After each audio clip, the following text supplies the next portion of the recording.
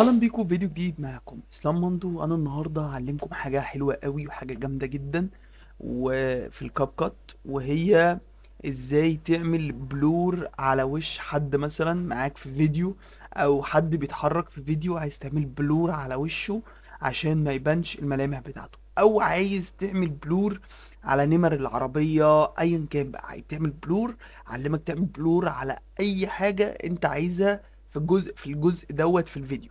تمام، انت بس اهم حاجه تعمل لايك سبسكرايب. وانا اسلام مندو بعلمك كاب كات من تحت الصفر للاحتراف. اتفرج على الفيديوهات اللي فاتت والفيديوهات اللي جايه عشان تستفيد وتحترف. بص يا صديقي، لو احنا رحنا عند ستيكرز، انا من شويه فعلا كنت فاتحها دلوقتي، ولو كتبت بص احنا بتبقى كده الستيكرز، بعد كده بتكتب هنا ايه في السيرش؟ بلور فيس او فيس بلور. اول ما تتك عليها هيظهر لك بلورز كتير جدا. تختار منهم اللي انت عايزه. مثلا لو واحدة، لو بنوتة مثلا ممكن نختار لها القلب. لو بنوتة نختار لها القلب مثلا، ونحدده كده نحطه على الوش.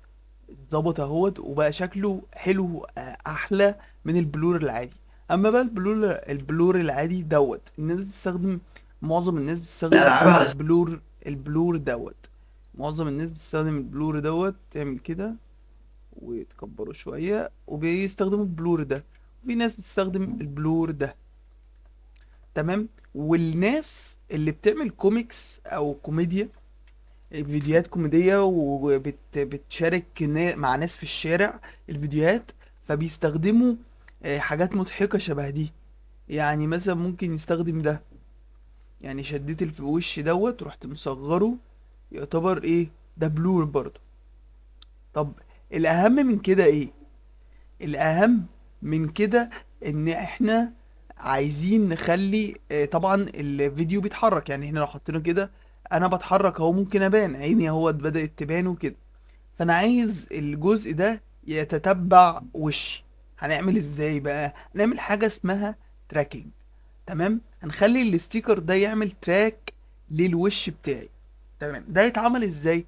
ده هيتعمل بطريقة سهلة جدا. هتدوس على الستيكر وهتروح على كلمة تراكنج، ومن كلمة تراكنج هتقول له موشن تراك. هتقول له ايه يا عم انت عايز تتبع ايه؟ ده المربع الاصفر. المربع الاصفر يعني عايز تتبع ايه؟ هقول له انا عايزك تتبع الوش ده اهوت. انت اهو المربع الاصفر، وانت اهوت تتبع الوش ده. تمام. هيقول لك انت عايزه عايزه يعمل سكيل وديبوزيت. لا، قول له لا انا مش عايزه ولا يكبر ولا يصغر. يعني لما يقرب، بص، لو هو في الفيديو بيقرب وبيبعد، الشخص ده بيقرب وبيبعد، فانت تعلم العلامات دي. لو الشخص ثابت او مش بيقرب او بيبعد او في نفس الخط مستقيم او معدي، فاتمنى انك تقفلهم، يعني عشان الدنيا ما تبصش او ما تسحش. تمام. بيقول لك هنا ايه بقى؟ بيقول لك انت عايز بطول الفيديو ورا وقدام، ولا قدام بس، يعني من اول هنا مثلا لحد قدام، ولا عايز من اول هنا لحد ورا؟ اقول له لا انا عايز البوس، عايز من قدام لورا ومن ورا لقدام، يعني عايز الحتة دي كلها. تمام. فهقول له ستارت، فهو هيبدأ يعمل جنريت الموضوع. شايف بقى اما اتحرك هو بيتحرك ازاي؟ خدت بالك؟ فلذيذ قوي. بيتفرج بقى على الفيديو. بص، بص انا البتاع بيتحرك بيعمل تراكنج ازاي. بس ده باختصار ده ازاي تعمل بلور. هكذا على اي ستيكر تاني في بلور اهوت، وهو كلها فيها بلور، وبلور مدور اهوت برضو اللي بيستخدموه اهوت بلور اهو.